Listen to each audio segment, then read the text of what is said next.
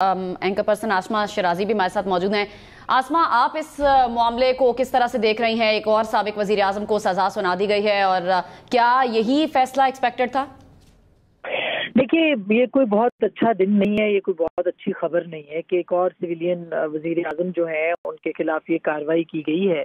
मगर जो हक़ाइक़ और शवाहिद हैं उनके को सामने रखा जाए तो ये लग रहा था, ये मतवक्के था ये फैसला कि ये सामने होगा और इसके सज़ा भी होगी। इसमें दो तरह की सजाएं थी, 14 साल कैद और उम्र कैद जिसको कहते हैं, और सजाए मौत। तो इसमें 10 साल कैद की सजा जो है वो सुनाई गई है और ऑफिशियल सीक्रेट एक्ट की वायलेशन इसको करार दिया गया है। आपको याद होगा पिछले 2-3 दिन से ये खबरें मुसलसल चल रही हैं कि इमरान खान साहब खुश नहीं थे और वो ये कह रहे थे कि उनकी जो काउंसलर को पेश करने की इजाज़त नहीं, जबकि जो हमारी इत्तलात है वो ये है कि वो उनके वकला इसमें पेश नहीं हो रहे थे बाय स्ट्रेटजी, जो भी उनके मामला थे या कोई जो भी मसाइल थे। लेकिन कल जो था वो डिफेंस काउंसिल दी गई परसों हुकूमत की तरफ से, जिससे ये अंदाजा हो गया था कि अब ये सजा जल्द से जल्द जो है वो सुनाई जाएगी।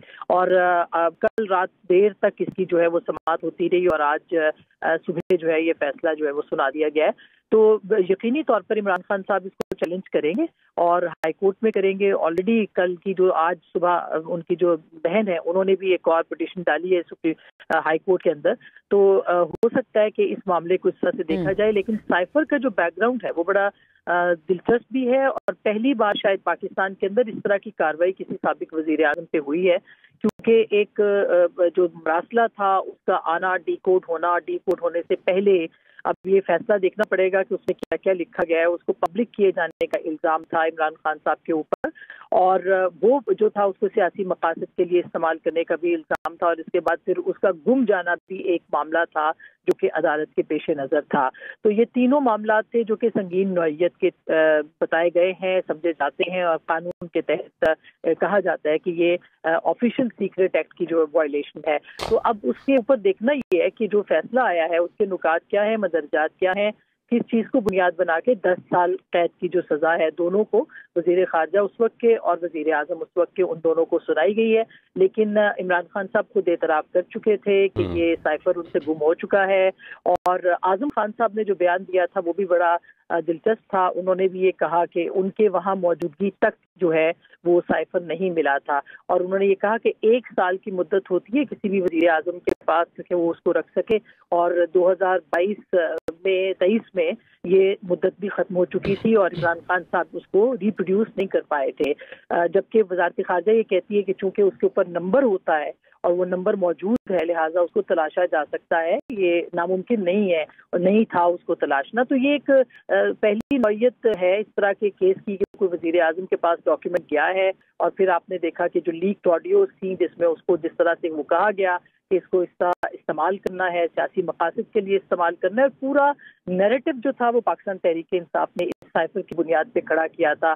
गुलामी नामंजूर और अमेरिका की गुलामी नामंजूर वगैरह वगैरह जो भी उनके एक बयानिया था। तो काफ़ी एक धचका लगेगा पाकिस्तान की सियासत को। ऑफ कोर्स ये कोई आज का दिन जो है ये कोई बहुत अच्छा पाकिस्तान की सियासत को यकीनन एक बहुत बड़ा धचका लगेगा। मंसूर, इस फैसले के बाद 2-3 चीज़ें हैं, 2-3 पहलू हैं। अगर साइफर पहले था, बकौल इमरान साबिक चेयरमैन PTI के साइफर था, फिर उसके बाद साइफर नहीं था का बयानिया आया, इसका मतलब ये है कि वो सादिक और अमीन भी नहीं रहे अगर ये झूठ बोला गया जिस तरह से अशतर औसाफ साहब ने फरमाया। दूसरा ये है कि 25 गवाहान के जो बयानात कलमबंद किए गए हैं वो उस पर भी सवालिया निशान है कि वो बयानात किसके लिए गए हैं, 25 गवाहान थे कौन। और फिर कानूनी टीम की गैर मौजूदगी में ये फैसला दिया गया और जो सरकार की जानिब से जो वकला तैनात किए गए, मुकर्रर किए गए, उनकी मौजूदगी में फैसला दिया गया।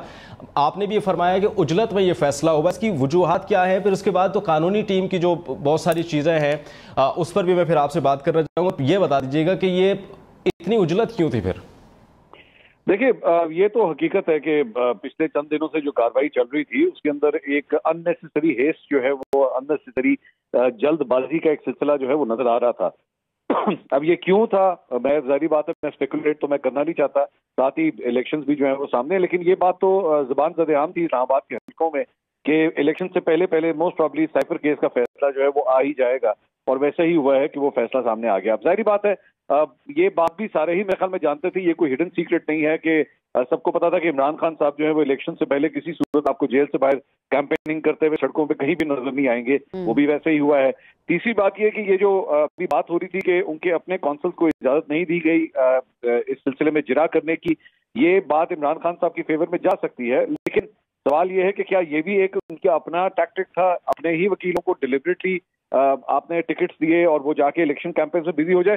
कोर्ट आपकी ये बात नहीं सुन सकता। कभी ये ज़हन में रखिएगा कि कोई जज ये बात नहीं सुन सकता कि जनाब आज वकील इसलिए नहीं आया क्योंकि वो इलेक्शन लड़ रहा है और वो कैंपेनिंग में बिजी है। आप एक वकील हैं, आप एक केस को रिप्रेजेंट कर रहे हैं, आपको कोर्ट में आके खड़े होना है। अब जाहिर बात है फैसला इस सिलसिले में जो इस्लामाबाद हाई कोर्ट में जिस बेंच के सामने ये अपील लगेगी वो ये फैसला करेंगे कि क्या वाकई इनको हक के दिफा सही तरह मिला या नहीं मिला। लेकिन ये अनप्रेसिडेंटेड था, ये इससे पहले नहीं देखा गया था कभी कि जो डिफेंस काउंसिल्स हैं उनको हटा के जो हुकूमती साइड है उनके ही काउंसिल्स अपॉइंट करके जो है वो जिरा करवा ली जाए। और ये बात डेफिनेटली इमरान खान साहब की फेवर में जरूर जाएगी, लेकिन क्या इस्लामाबाद हाई कोर्ट के जजेस इसको खातिर में लाते हैं या नहीं लाते, क्योंकि थी तो ये टैक्टिकल मूव, ये इसमें कोई डाउट नहीं है। इमरान खान साहब या पाकिस्तान तहरीक इंसाफ की जानिब से ये एक टैक्टिकल मूव थी कि किसी तरह हम इस मामले को डिले कर लें, किसी तरह इस मामले को आगे, क्योंकि एग्जैक्टली यही काम तोशाखाना केस के अंदर भी हुआ था। ख्वाजा हारिस वहां पे वकील थे और ख्वाजा हारिस भी वहां पे अदालत के अंदर नहीं आते थे और वहां पे अल्टीमेटली इस्लामाबाद हाई कोर्ट के अंदर भी उन्होंने कहा कि जी हमारे वकील को जिरा करने की इजाजत नहीं दी गई, हमारे वकील की जो आखिरी बहस थी वो होने ही नहीं दी गई, जबकि ये हकीकत यह है कि ख्वाजा हारिस साहब को बार बार मौका दिया गया, वो नहीं आते थे इसके अंदर। तो यही टैक्टिक यहाँ पे भी इस्तेमाल किया गया है। लेकिन at the end of the day अदालत ने सजा सुनानी थी, अदालत ने सजा सुना दी।